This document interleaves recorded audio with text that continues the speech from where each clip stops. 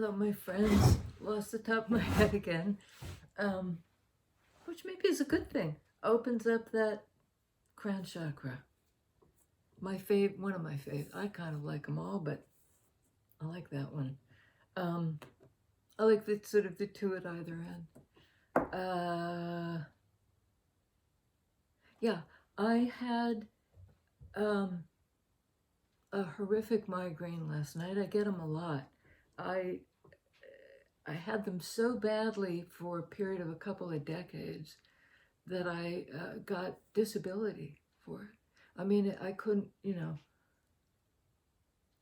I really couldn't work. I was taken out, up to 19 times a month. I'd get these migraines that didn't quit.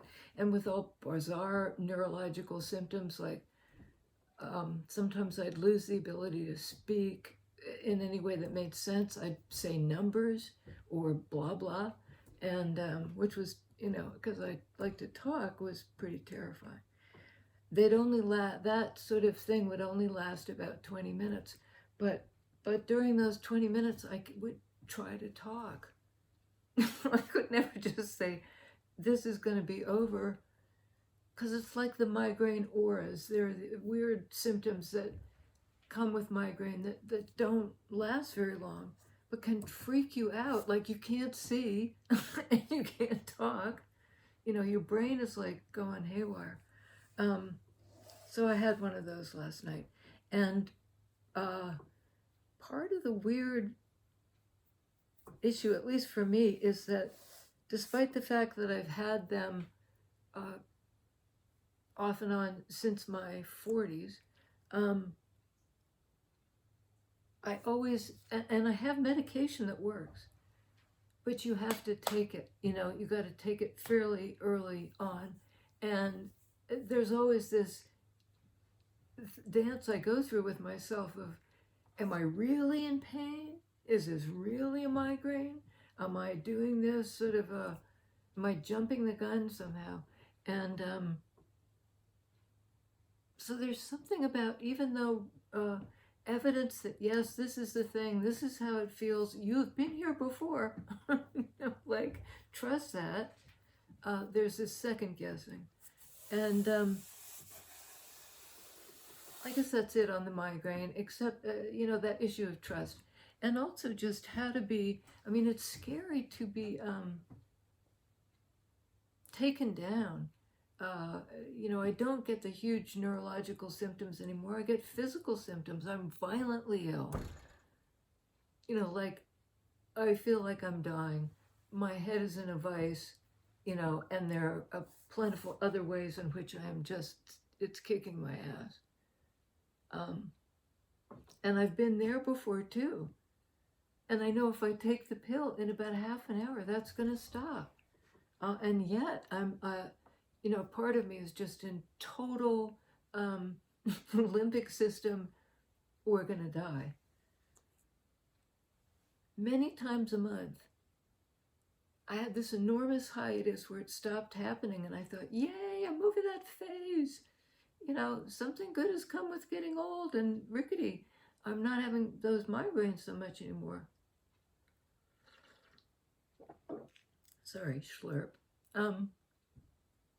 But now I am again. So there's the question of, that happens. We think we're done with something, and then it comes back, maybe decades later, and bites us in the butt. What is that about? You have to revisit the thing and try to remember what you've learned since the last time about, the mechanics of it, what can cause it and so on, but also the grace to like stand it when you're back in that, because, in the place that is really, really hurts and is really debilitating, even if it's passing.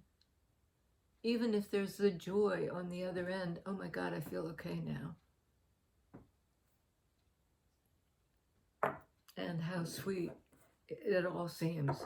When you get on the other side, it's like, yeah, baby, life is sweet. So, and the only other thing I had was, oh, there's one on the floor. It's a different deck, so. Was the idea of, I think I have to cop to being a believer in reincarnation. It just makes sense to me on the basis, as much as anything, of all throughout my life, there have been people I feel like I recognize on on a different level. Just like we've been around the block, and sometimes they don't recognize me back, and boy, that's awkward. But I think we do with a certain group of people, a constellation of people, your soul tribe, or however you want to call it, that extended family that extends certainly beyond bloodline, and certainly through time in such a dramatic way that I think it's through lifetimes. And I think we come back, with these same people, or with, there's a return of some portion of that group together, but it's like the roles are different. Like in this lifetime, I might have been your best friend. We might have been best friends, and in the next lifetime, like we're mother and son, or we're, business partners. I mean, I think it like, or you're my frenemy, or whatever it is, because this group isn't exclusively about people with whom you have an easy relationship, but karmically, you're like working through stuff with these people. I talked about it with my dad before he died, and he said it just seems implausible to me that we come back as one distinct person lifetime after lifetime. That just doesn't feel real. And I said, well, I think in a way, that role change, like we don't come back as the distinct in the outer, in our skin suit is this identical thing. We come back as whoever we come back to learn what we need to learn this round. And then if in Buddhist philosophy, when you've really done all of that, you've come back and back and back, then you can be the enlightened one and not have to reincarnate. But there are bodhisattva people who come back who elect to come back into the world of pain and migraines and, losing friends and all of that, who choose to. There are those people among us. It might be you. Bottom of the deck, Fool. I mean, it's just a good way to begin. First card of Major Arcana at the beginning. The Leap. The Leap. It's time. It's a card of Aries for the love offer. And this may modify as I see what else is here, but, in fact, it looks like on the board, this knight is riding toward the Fool. The Fool is ready to leap. Knight is riding toward the Fool. The Fool is ready to take the leap toward the Knight. Toward the messenger that comes bearing some positive feeling. It's about connection, love. What else? Interesting. Okay. Boy, has she been appearing a lot lately. Okay. There may be anxiety around this. On the part of the Knight coming forward. Minor Arcana Knight, sort of mid-level. Not a king, not a page, but somebody who's on the move with an offer and has been experiencing some stress. maybe on whether or not this other person will take the leap. Stress because there's also been loss. Love is coming in for a new beginning. But there's, it seems to me whenever you take the risk, take the leap of faith to love somebody else, there's always that fear, Nine of Swords, around even the potential for loss. And this character is looking back at the spilled cups. The times that love was lost. Not paying attention to the two behind him. Him, her, them, they. The grieving person. Because love is right, right behind. But somebody's like picking up a cup and going places. Wow. Well, there was a painful ending at one point. Really painful. But that falls under Fool, the new beginning. The bravery to try it again. The courage to try it, to take the leap. New beginning, major arcana versus minor arcana, Ten of Swords. Wrapping up a cycle, tens are about that, and then the card of new beginning. I love the way when it dovetails, it's really nice. And here's the new beginning. Ace of Pentacles. Opportunity for. But it's real, it's authentic, it's of value. Sorry, my voice seems to be particularly growly. Sorry.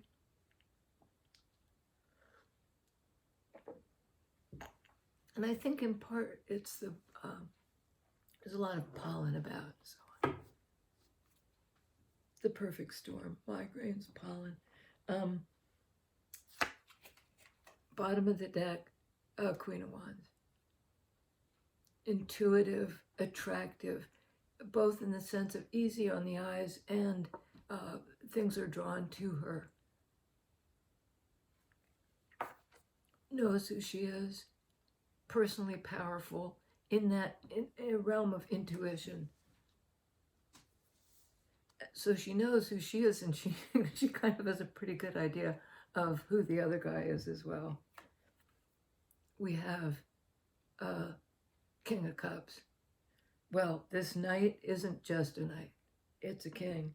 And he's coming to match with this fire sign, doesn't have to be, but intuitive queen. He has feelings for her, a love for her. Her energy, Wands, is the energy of the Fool. So she could be the one taking the risk to come toward this guy. If so, it's going to go well on that 3D level, because they're showing up as the King of Cups and the Queen of Wands. A loving, passionate, feeling, intuitive match. And here we have, that was all the bottom of the deck. It was just talking. Emperor. I'm sorry. Oops, that might be a Freudian slip. This is actually Empress. The principle, the person who embodies the principle of growth, fertility, abundance. Nor does she chase anybody around, but she welcomes people in through a certain filter. Like they have to be the real McCoy. She's Pentacles energy, Taurus. I like that. That was on the bottom of the deck, and it's supposed to go on King of Cups. So I think King of Cups, water sign, Scorpio, Cancer, Pisces. And I don't know if I need to keep saying that, because I really do, I think I really think it's about the energies way more than the sign. So if I don't mention the sign, it's because I don't think they're ultimately, they often fit nicely with the thing, but I don't think they're necessarily the tag that you should say, oh yeah, that's me. King of Cups, the feeling man, shows up with a love offer. He may have botched something before and is up in his head about it, and it scares him because it didn't end well. And he's coming in with an offer, an opportunity for this new beginning in 3D. And is going to offer love to the person he sees as his empress, as the one who embodies the principle of divine feminine, which is nurturing in some of her aspects, and discerning and quite fierce in other of her aspects. Nobody has one face that they greet the world with. And Empress is real.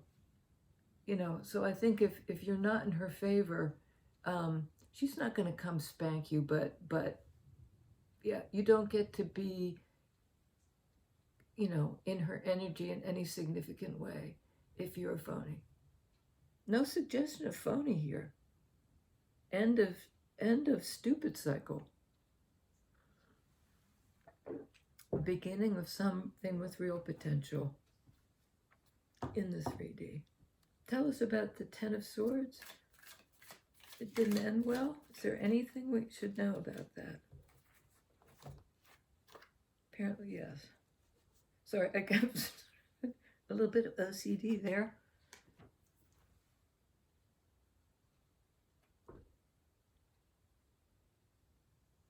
Somebody wasn't, I don't think was stable.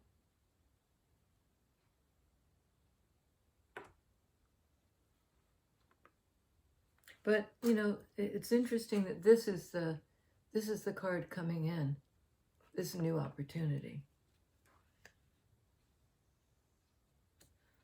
We need something more because I'm not sure what I'm doing here. Something's over. Somebody's showing up for real with an offer. You also have the offer coming in from the King of Cups.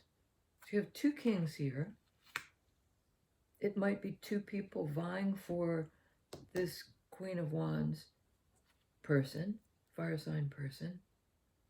And things might have ended badly with this earth sign person, Taurus, Virgo, Capricorn. And they're coming in with a new offer. I don't really get it. I don't get if there are two. My inclination tells me no, it's not two different people. But what's over is something like this guy didn't show up.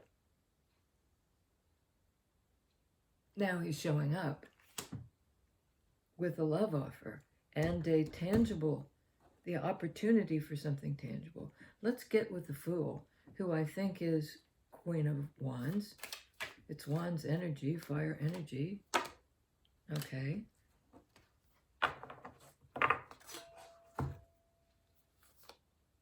Okay, interesting. That's interesting. Star, card of healing, another major arcana, a card of sort of divine guidance, following the star, following your North Star, the Holy Star, card of healing.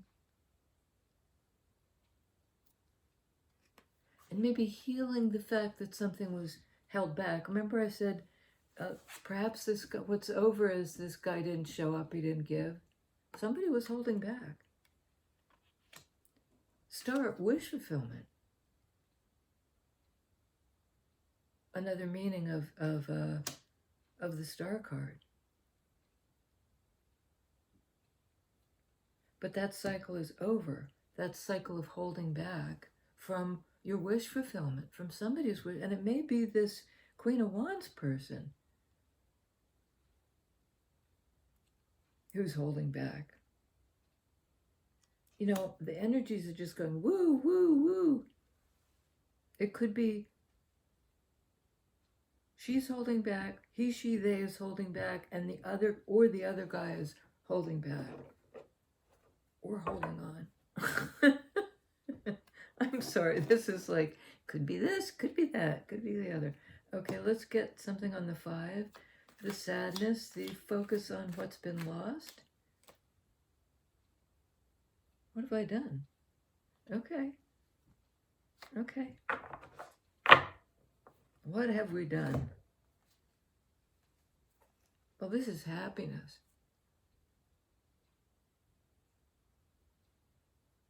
The Sun card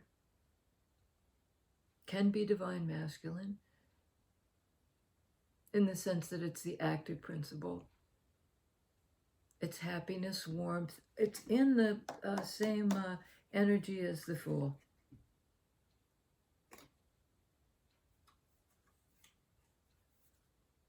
A lot of major arcana. We have Star, Fool, and Sun all on the top line of this reading. And along with that is this person with direction and purpose and fire.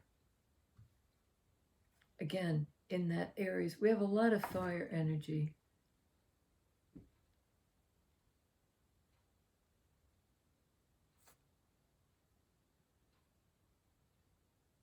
And I think it's sort of like this individual is being drawn to the Queen of Wands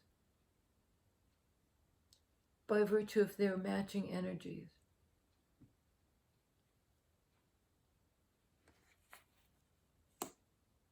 And it may be a return back to her because he looks like he's been around the block.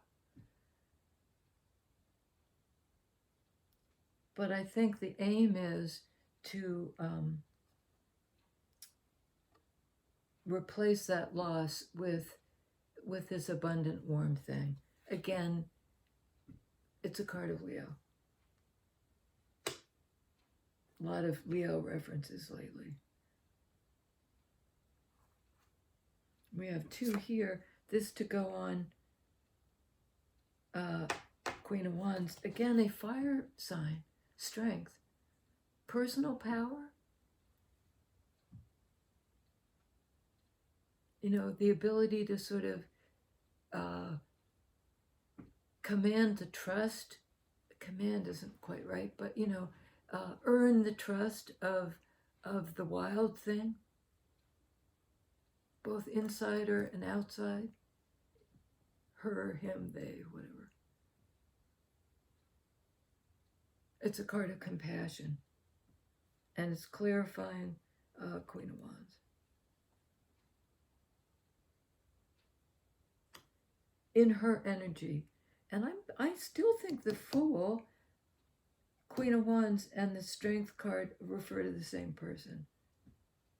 And probably also Sun. Like this guy is being drawn toward her warmth. His, her, they, them, etc. Always fill in the blank. And the last 2, and I'm not sure where they go. And well, I think this goes on Ace of Pentacles, Queen of Pentacles. Somebody who matches with the King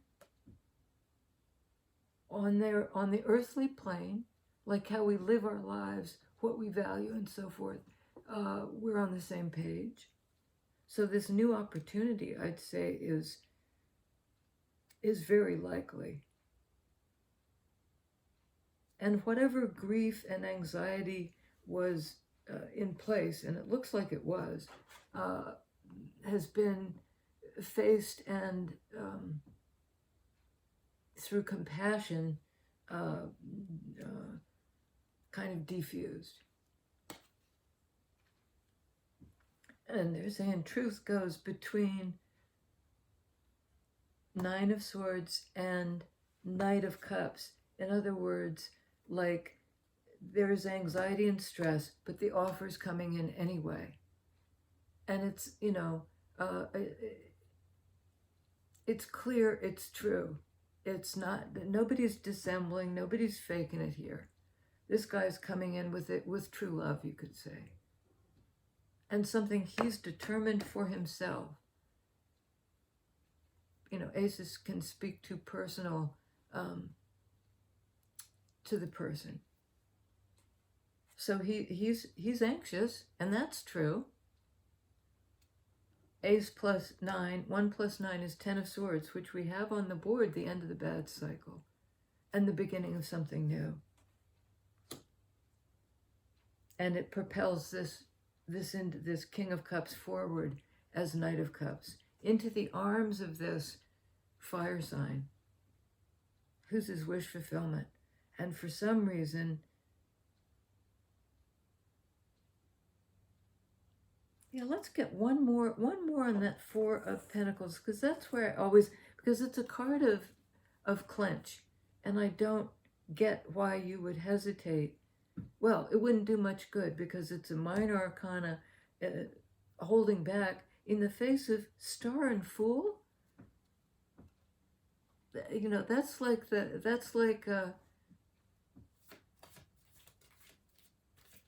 trying to hold back a tidal wave with a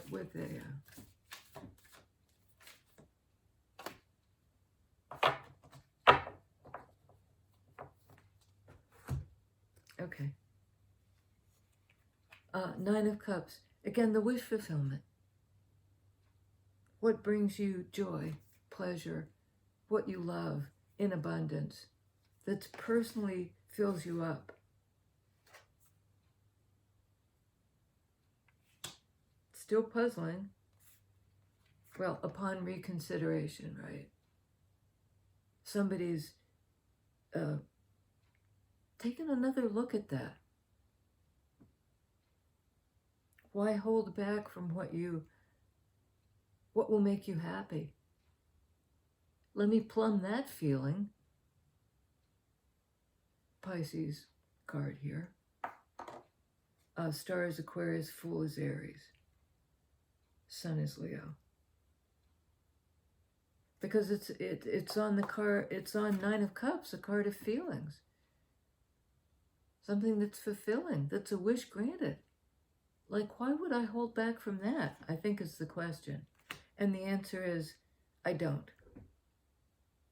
And I think the I is the Fool character, is the Queen of Wands. She's not holding back. King of Wands. So we're matching up in several ways on the board. And this is supposed to go on Empress. Well, she doesn't chase. He's an action taker. He, she, they doesn't chase. He, she, they doesn't, does pursue. That gets awfully clunky when I'm trying to explain it. So just remember, gender roles are fluid. But the Empress gets her match.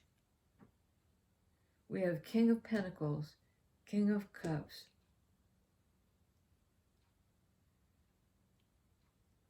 King of Wands. So we're missing King of Swords. But we do have Star, Aquarius. And otherwise the swords are anxiety, end of the bad cycle, and the beginning of the new thing that's fresh and clear. Ace of Swords. And I think what's clear is this person's going to move out of their anxiety and take the risk, take the leap, and somebody's like this to receive them. Somebody who's, plumbed their emotions, gotten a new perspective on things. And there's a general feeling of expansiveness and warmth. It's not the contraction of 4 of Pentacles where you're all tight and braced for like impact. It's like open wide. Open wide. And I'm not even going to take up the, yeah, I'm not even going to take that up, because that's a whole nother chapter. That's a whole nother chapter. This was a good installment in the ongoing story. And that's one thing to, I think, is the gender roles are fluid, and so is time. This could be something you've already been through, and it'll resonate on that level. It could be something that you sort of anticipate is going to happen, or it could be what's unfolding now, or the timelines could be, So I think it's, at least what I do in readings is, when I'm listening to a reader, is just go for what really resonates. What really seems to be, oh yeah, on balance, this, I can relate to this story. Because that's all we're doing here, is putting forth a story that in some way probably relates to all of us. At different times in our life, with the role thing I talked about in the constellation of people you reincarnate with, we're always that's always shifting in this life and in the next.